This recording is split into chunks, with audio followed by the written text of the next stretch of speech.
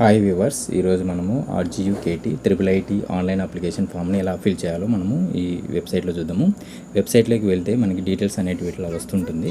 First మన date of birth, మన నేము, తర్వాత అన్ని డీటెయిల్స్ అన్నీ ఎంటర్ చేసి సబ్మిట్ చేస్తే కానీ మనకి అప్లికేషన్ నెంబర్ అనేది వస్తుంది, ఆర్జీయూ అని. ఆ అప్లికేషన్ నెంబర్ని గుర్తుపెట్టుకోవాలి. తర్వాత మనకి SSC hall ticket numbers, school board అన్నీ అడుగుతుంది. అవన్నీ డీటెయిల్స్ అన్నీ వస్తాయి. ఇక్కడ చూడండి, application fee payment click here అని ఉంటుంది. దీన్ని క్లిక్ చేస్తే కన్నా ఫస్ట్ పేమెంట్ అంటే ఫీజు అనేది మనము పే చేయాలి అనమాట. ఫస్ట్ ఫీజు పే చేయాలి అంటే క్లిక్ హియర్ అని క్లిక్ చేస్తే మనకి ఇక్కడ అప్లికెంట్ నెంబర్ అనేది వస్తుంది, ఆర్జీయూ అని ఉంది కదా, అది అనమాట. అది ఎంటర్ చేసిన తర్వాత ఎంటర్ చేసి గెట్ డీటెయిల్స్ అని క్లిక్ చేసామనుకోండి, డీటెయిల్స్ అనేటివి వస్తాయి అన్నమాట. మనకి ఇక్కడ డీటెయిల్స్ అనే వస్తుంది. డీటెయిల్స్లో ఇక్కడ చూడండి, నెట్ బ్యాంకింగ్ హెచ్డిఎఫ్సి ఉంది, నెట్ బ్యాంకింగ్ ఐసిఐసిఐ బ్యాంక్స్ ఉంది, ఎస్బీఐ ఉంది, అదర్ బ్యాంక్స్ ఉన్నాయి.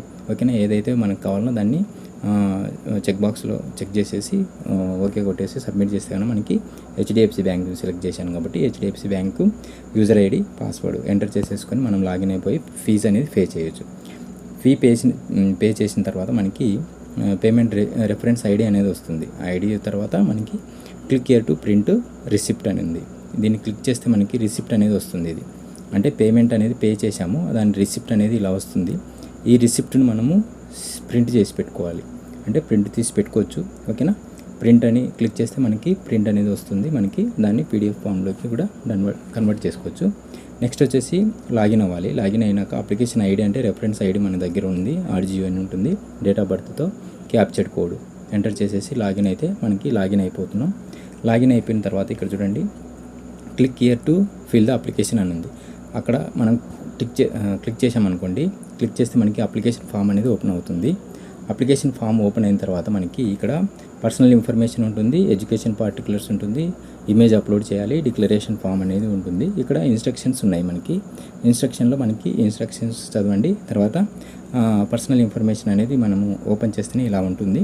నేమ్ ఒకటి వస్తుంది. తర్వాత ఇక్కడ చూడండి, స్కూల్ కాంటాక్ట్ నెంబర్ కూడా అడుగుతుంది. Next Aadhaar number, mother, father name, తర్వాత మేలా ఫీమేల్ అని చెప్పేసి ఇక్కడ రిజర్వేషన్ కేటగిరీ కూడా అడుగుతుంది. నెక్స్ట్ ఆర్జీయూకేటీ క్యాంపస్ ప్రిఫరెన్స్ అడుగుతుంది. ఇక్కడ 4 ప్రిఫరెన్స్ ఉన్నాయి. Okay, first preference, second preference, third, fourth అని.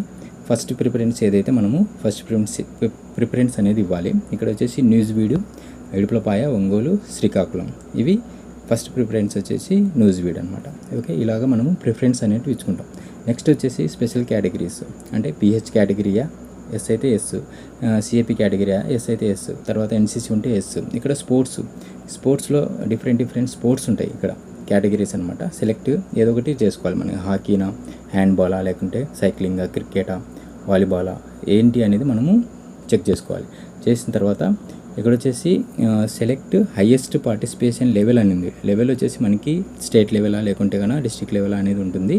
మెడలిస్టా లేకుంటే లేదా అనేది వస్తుంది. నెక్స్ట్ ఎడ్యుకేషన్ పర్టికులర్స్లో మనము ఎడ్యుకేషన్కి సంబంధించిన మార్క్స్ అన్నీ ఎంటర్ చేస్తాము. అలాగే తర్వాత క్లాస్ 4th నుంచి మనం ఎక్కడ చదివాము, ఆ లొకేషన్ కూడా, డిస్ట్రిక్ట్ ఎక్కడ, విలేజ్ ఎక్కడ అనేది అడుగుతుంది. అది కూడా మనం ఫిల్ చేస్తాము.